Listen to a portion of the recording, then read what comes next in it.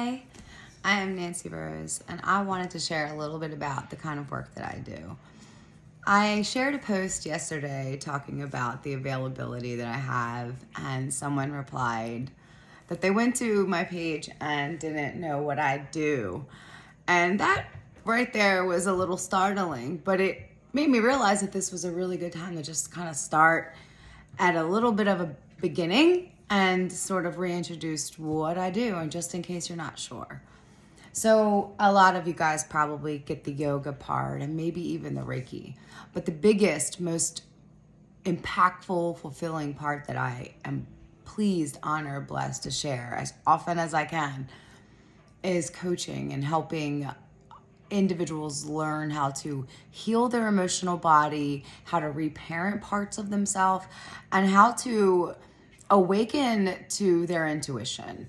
And way before weight loss, way before addiction and codependency and the relationships, I wanted so much. I needed to stop feeling so sad. I needed help.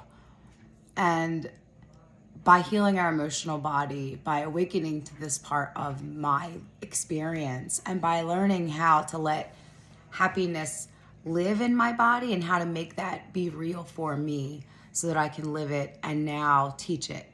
That's something that I wanted to talk about a little bit today.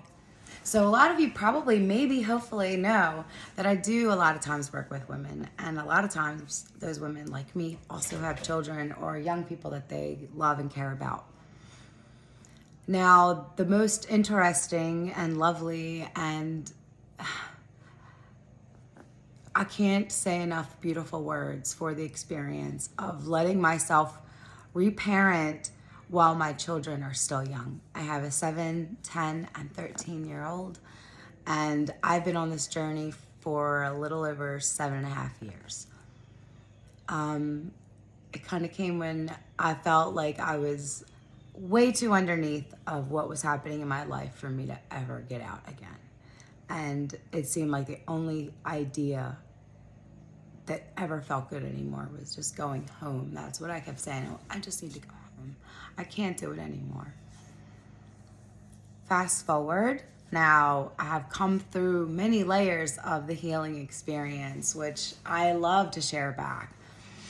These these sort of energy sessions that I've created with practice, with experimenting, with with myself and with community members, friends, my family.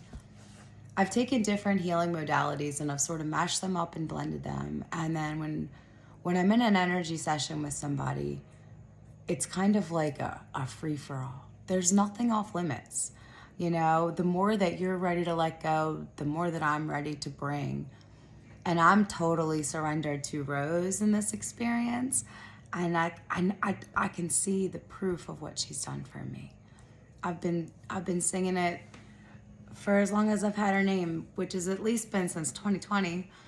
Before that, I just knew my inner being, my inner being, my inner being, my big me, my big me. And we all have that part of us. And so that's what I wanted to talk a little bit about tonight, whether you are an individual, whether you are a woman, whether you are a mom, whether you are a young person watching this. This is something that you could use for yourself if you find that you do have a little bit of an experience with sadness, and maybe that you're feeling it would be good for you to do a little less sad time. It is not selfish for you to not want to be sad. When you think about it and it kind of makes you cry, that's your know that yes, yeah, that's a good way for you to think.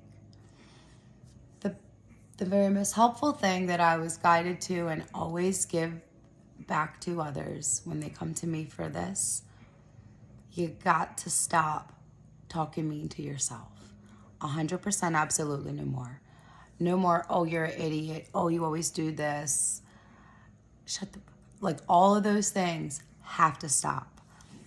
And maybe you're like me and you've been saying that for a long time and it seems like, well, what do I say? And that's where our healing journey begins. That's where your healing journey gets to begin. If you're able to sort of sit with the very real pain that you haven't realized that you've been sort of saying and doing and inflicting on yourself, maybe over and over again for hours and hours, for years at a time. And if one of my favorite teachers says, many of them probably, but at least one of them says, you know, if you wouldn't say it to a child, you would never say it to yourself. And I love this because I also like to teach about the four corners of our human. We have the higher self, the ego, the inner child, and the shadow. Those parts combined make up what we know as the human experience. That book's coming so soon, guys, I promise. But this part here where you're stopping that negative energy, you're going to starve that from your experience. This is the beginning steps of healing the relationship between you and your inner child. And no matter what has you sad, what is making you sad, what feels like is on your neck and can't get away, whatever the curse may be, this is the way to let that come undone. It starts here. It has to start here. The next step is getting through this for a few days. You'll notice once you start stopping it, it's easy to keep stopping it. Energy goes where energy is flowed. The sooner that you can tell yourself, okay. The sooner that you can get that slowed down, like, no, we're not doing this anymore. My teachers had me wear a rubber band around my wrist. The original idea was to sort of snap the rubber band when I would start saying mean things to myself. That's mean words, mean phrases, comments, names. 100% had to stop. And even though some of the things took me a little bit longer than the others, that includes the sarcastic things too. We'll learn more about the vibration of sarcasm and making fun. But for now, if you would not say it to your baby, to your child, to your very best friend, to your mom, to your baby pet, it doesn't cross this barrier either. And you're going to start to feel a little bit of a shift in your body just in that stopping. And thank goodness for that. That energy is going to start to soften and dwindle. You can and will starve that from your experience. The next part is the layering in. Now, this, just like that, becomes easier and easier. But I want to just mention, you will feel a little bit of a resistance at first. And let's just think about why. Have you ever, maybe yourself or witnessed somebody else, be very cold to another being or situation, and then radically change their mind? And you'd notice there was a period of like convincing, maybe it was two lovers, not able to be together. And now the other is trying to say, no, it's for real. This time I'm here. And the other one's like, oh, I don't believe you. And it's like, no, I'm going to be here. I'm staying. I'm for real. It's so real. No matter what the play of that is, it is something that does sort of occur each in our own way in the beginning. So layering in is when we're on purpose beginning the reprogramming of our subconscious. The parts of us that sort of paint the background for our lives to be manifested out of. If you've ever heard me talk about this, I kind of say what we think and experience and what we're feeling in this mind and body every day sort of spills into a soup that we're creating and we're going to live tomorrow. Our manifestations do not happen immediately. You know that by now. But you can sort of start to measure how long it takes to shift things. This is an easy tell. If you like it, want it, desire it, need it more, it's going to take a little longer to get there. If you can distract yourself and get excited, it'll come quicker. The less you can care and just sort of in a cocky way, no. But no, because you're worthy and everybody else is too, the faster things can shift. But in the beginning, you may feel that little bit like, what? So, in the beginning, you want to practice affirming and saying things to yourself that feel good. It's really helpful to look right into your eyes. Look into the mirror and say, I love the Ho'oponopono prayer. It's 4 lines. it's general enough that it covers the human experience. I'm sorry. Please forgive me. Thank you. I love you. I want to say that that order is right, but maybe you can mix it up. I do sometimes. Sometimes I like to repeat a part of it. I love to use it and pair it with tapping, just going down the median, the meridian, the middle of these points in your body, and tapping and bringing awareness while making an impression in that part of our energy field. The words are escaping me right now, but it's because the sensation is like butter to the brain and not that margarine. But then when you put the craft, anyway. So that layering in is when you're going to start first,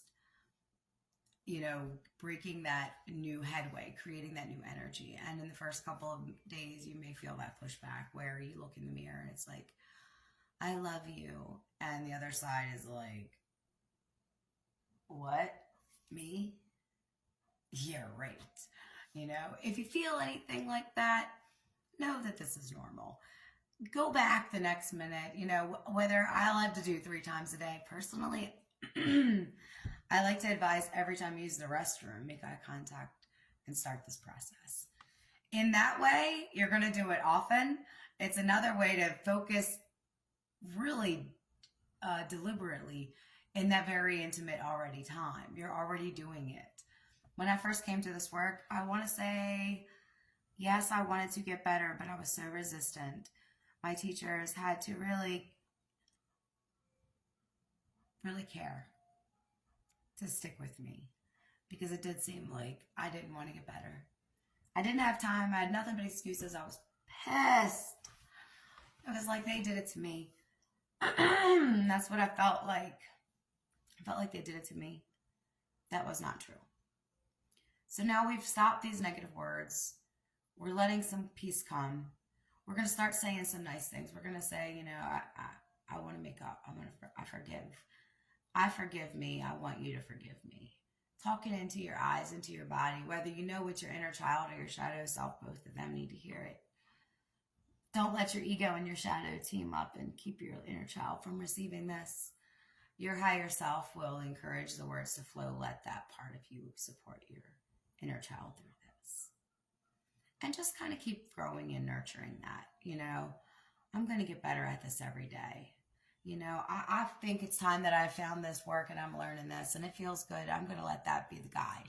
I'm going to let this feeling good tell me that these emotional cues are true, that this emotional body is real. Maybe all this creating and manifesting is real. Maybe this is my time. I'm going to start feeling better. I'm going to feel better and I'm going to get better at that.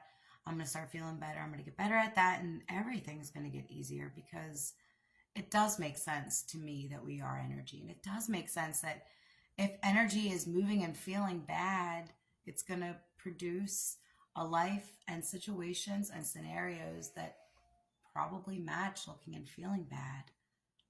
I think I'm going to try. I think I am going to treat myself as a vessel that has energy in it. And I'm going to make my energy important. I'm going to take care of my energy, even though I can't feel it. Sometimes I can feel it. Like right now, actually, I can feel this. But even though I can't always feel it, like when I can feel, a fruit in my hand or my partner by my side or I know it's there. I'm going to start taking some time for the invisible and letting that part of me come into a healing space. I'm going to take some time for this invisible big me and find out what it looks like when I do this work. What does it look like if I am happy on purpose? What does it look like if I'm happy on purpose? I deserve to be happy on purpose. It feels better when I say that. I think I'm ready to be happy on purpose. I think it'd probably be nice for everybody to be happy on purpose, but I only have control over me. And we lead by example. And there's no, I will do this. I can be happy on purpose. I've been sad for enough days. I can be happy on purpose. This will get easier and easier because again, energy. If I'm energy, and then if this doesn't work, then I pretended I was happy a couple of days, and I guess that won't be so bad. I could just quit and go back to being whatever I was yesterday if I want to, if I can remember how to do that. But I think for a little while I'm gonna let this emotional healing, I'm gonna let this emotional awareness, these feelings that I'm having, maybe these feelings, I think it's called resonance. I'm gonna let this be real for a little while. I'm gonna listen to this part of me for a little while, and I'm gonna see what happens when I care about how this feels. Because I don't think I've done this very much. I don't think I've done it enough. I don't think I noticed that I could do this. And it does feel a little awkward, but the more I talk to it, it is kind of making it feel less weird. So I'm just going to keep doing this for a minute or two. And then later, I'm going to do it again. And I'm definitely going to do it when I wake up in the morning, and I'll do it tomorrow afternoon. I could do it tomorrow evening, and probably by the next day, I might even kind of enjoy it and find new words coming, because I already kind of feel excited thinking about spending time feeling good about me and being nice to me. Sure sounds different than what it felt like yesterday. That feels really good. I think I'm going to feel really good just for a couple of days and just see what happens. I've done crazier things, right? Here's to feeling good in the name of crazy. I can ride that horse. Yeah, I'm going to try that. I'm going to try that and see what happens. I'm going to try that. I'm going to try that. I can do this. I can do this. I can do this. Let me know what you think.